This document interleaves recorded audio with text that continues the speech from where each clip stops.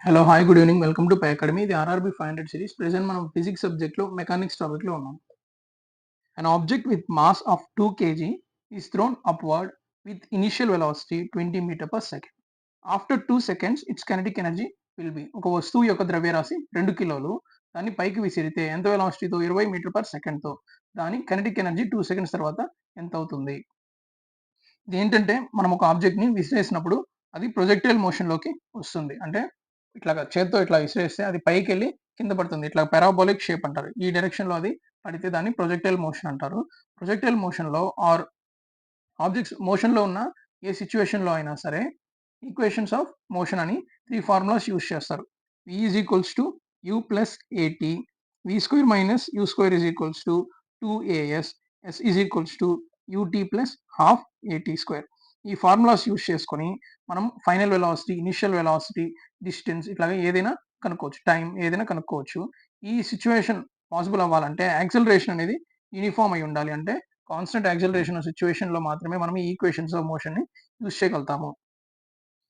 Present ఈ problem లో మనం కైనెటిక్ ఎనర్జీ కనుక్కోవాలి కాబట్టి మనం final velocity of the object కనుక్కుంటాం ఆఫ్టర్ 2 సెకండ్స్. అలాంటప్పుడు మనం యూజ్ చేయాల్సిన formula v is equals to u plus at. u value ఎంత అంటే 20 మీటర్ పర్ సెకండ్ అని ఇచ్చాడు. యాక్సెలరేషన్ వాల్యూ ఎప్పుడైనా సరే కాన్స్టెంట్ గా ఉంటుంది. అది 10. కానీ ఈ సిచ్యువేషన్ లో ఆబ్జెక్ట్ అనేది పైకి మూవ్ అవుతుంది. అంటే పైకి మూవ్ అయ్యేటప్పుడు యాక్సెలరేషన్ మైనస్ తీసుకోవాలి, కిందకి మూవ్ అయ్యేటప్పుడు ప్లస్ తీసుకోవాలి. కాబట్టి -10 ఇంటూ 2 సెకండ్స్. ఆన్సర్ ఎంత అవుతుంది? 20 - 20 0. అంటే 2 సెకండ్స్ తర్వాత ఆబ్జెక్ట్ హైయెస్ట్ పొజిషన్ రీచ్ అవుతుంది. అప్పుడు దాని వెలాసిటీ ఫైనల్ వెలాసిటీ 0 అవుతుంది. ఫైనల్ వెలాసిటీ 0 అయింది అంటే దాని యొక్క కైనెటిక్ ఎనర్జీ కూడా ఎంత అవుతుంది? కైనెటిక్ ఎనర్జీ v మీద డిపెండ్ అవుతుంది కాబట్టి కైనెటిక్ ఎనర్జీ కూడా 0 అవుతుంది. What is the wrong statement about kinetic energy?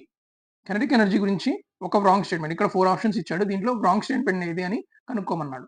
During static state the energy contained in the object is called kinetic energy. Static state అంటే ఏంటి? అసలు కదలకుండా ఉంటే, ఒక ఆబ్జెక్ట్ కదలకుండా ఉంటే దానికి కైనెటిక్ ఎనర్జీ ఉండదు. కానీ ఇక్కడ ఏమన్నాడు? Energy contained in the object is kinetic energy అన్నాడు. కాబట్టి ఇది రాంగ్ ఆప్షన్ అన్నమాట. రిమైనింగ్ ఆప్షన్స్ చూద్దాం. The energy received by an object based on its speed is known as kinetic energy. ఒక వస్తువు యొక్క వేగం ద్వారా దానికి వచ్చే శక్తిని ఏమంటారు? గతి శక్తి అంటారు. ఇది నిజమే. ఎందుకంటే KE is equals to half MV square. కింద ఆప్షన్ లో డైరెక్ట్ గా ఆ ఫార్ములాని ఇచ్చేసాడు. ఇది కూడా కరెక్ట్ ఆప్షన్. కాబట్టి వెలాసిటీ మీద ఆర్ స్పీడ్ మీద డిపెండ్ అయి ఉంటుంది కాబట్టి దానివల్ల వచ్చే ఎనర్జీ కైనెటిక్ ఎనర్జీ అంటారు. ఈ మూవ్ అవుతుంది అంటేనే కదా వెలాసిటీ ఉంటుంది. కాబట్టి moving objects kinetic energy. BCD are correct statements. మనకి రాంగ్ స్టేట్మెంట్ ఏంది? A. Answer is A. If the kinetic energy of an object becomes 256 times that of its initial value, then the new linear momentum will be. KE ఎంత అయిందంట? 256 times of KE1 అనుకుంటే, sorry ఇది KE2 అనుకుంటే ఇది KE1.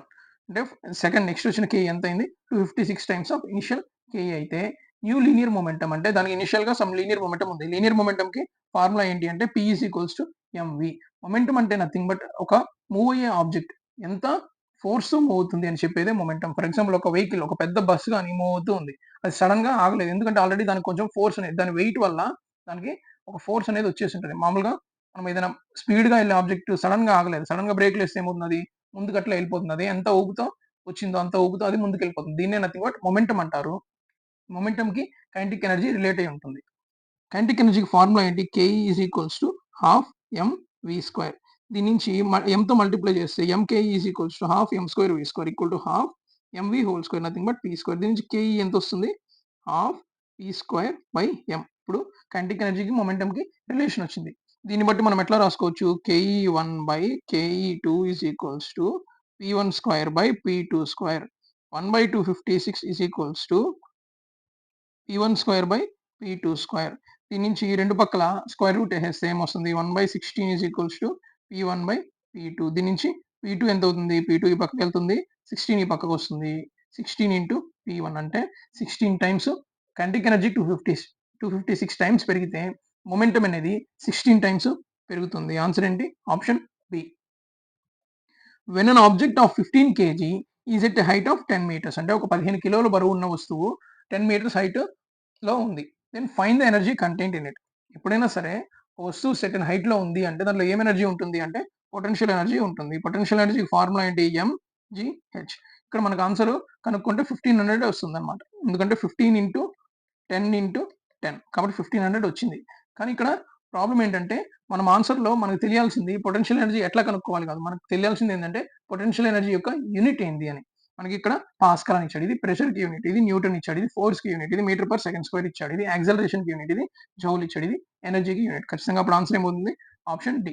ఒకవేళ కొన్ని సిట్యుయేషన్‌లో న్యూటనా, జౌలా అని ఎప్పుడైనా కన్‌ఫ్యూజన్ వచ్చింది అంటే ఎట్లా గుర్తుపెట్టుకోవచ్చు? ఎంజీ అంటే నథింగ్ బట్ ఫోర్స్. ఫోర్స్‌కి యూనిట్ ఏంది? న్యూటన్. ఇది హెచ్ అయిందన్నమాట. ఇది యూనిట్ ఏంది? ఎం. అంటే న్యూటన్ మీటర్ వచ్చింది కాబట్టి ఇది ఖచ్చితంగా న్యూటన్ అయ్యుండదు. Newton meter is nothing but joule అన్నమాట. ఇంకొక యూనిట్ ఏంటి? ఎనర్జీకి హాఫ్ ఎంవి స్క్వేర్ నుంచి డిరైవ్ అయ్యేది. ఎం అంటే కేజీ, వి స్క్వేర్ అంటే మీటర్ పర్ సెకండ్ కాబట్టి meter square per second square. ఇది కూడా ఎనర్జీకి యూనిట్. జౌల్ కూడా ఎనర్జీకి యూనిట్. న్యూటన్ మీటర్ కూడా ఎనర్జీకి యూనిటే. Formula for gravitational potential energy. అంటే ఇక్కడ గ్రావిటేషనల్ పొటెన్షియల్ ఎనర్జీ అంటే ఏదో వేరే విషయం గ్రావిటేషన్‌కి సంబంధించింది కాదు. ఏదైనా పొటెన్షియల్ ఎనర్జీ అనేది భూమి మీద ఉన్న వస్తువుకి ఉంటుంది కాబట్టి ఇక్కడ గ్రావిటేషనల్ పొటెన్షియల్ ఎనర్జీ అన్నాడు. నార్మల్‌గా పొటెన్షియల్ ఎనర్జీకి ఏ ఫార్ములా వాడతామో అదే వాడతాం. అదేంటది? ఎంజీహెచ్. ఇక్కడ గ్రావిటేషనల్ పొటెన్షియల్ ఎనర్జీ అనగానే మనం కన్‌ఫ్యూజ్ అయిపోయి క్యాపిటల్ జీ అంటే గ్రావిటేషనల్ కాన్స్టెంట్ కాబట్టి అది పెట్టేయకూడదు. గ్రావిటేషనల్ కాన్స్టెంట్ వాల్యూ ఎంత అంటే G is equals to 6.674 into 10⁻11 newton metres per k g square. ఇది ఓన్లీ ఒక కాన్స్టెంట్ వాల్యూ. ఇది నాట్ ఓన్లీ ఎర్త్‌కే కాదు. ఏ ప్లానెటరీ ఆబ్జెక్ట్ కైనా దేనికైనా సరే గ్రావిటేషనల్ కాన్స్టెంట్ అనేది సేమ్ ఉంటుంది. ఎక్కడైనా సరే ఇది సేమ్ ఉంటుంది. ఇది చాలా చిన్న వాల్యూ. ఇది మన మనం వాడే గ్రావిటేషనల్ యాక్సెలరేషన్‌కి లింక్ అయ్యి ఉంటుంది. ఏ ఫార్ములా ద్వారా? G is equals to GM by R square. ఓకేనా? కాబట్టి ఆన్సర్ మిస్టేక్‌లో సి పెట్టొద్దు. ఎప్పుడైనా సరే బి. గ్రావిటేషనల్ పొటెన్షియల్ ఎనర్జీ అయినా సరే మనం ఏం పెట్టాలి? U is equals to m g h or P is equals to m small g H.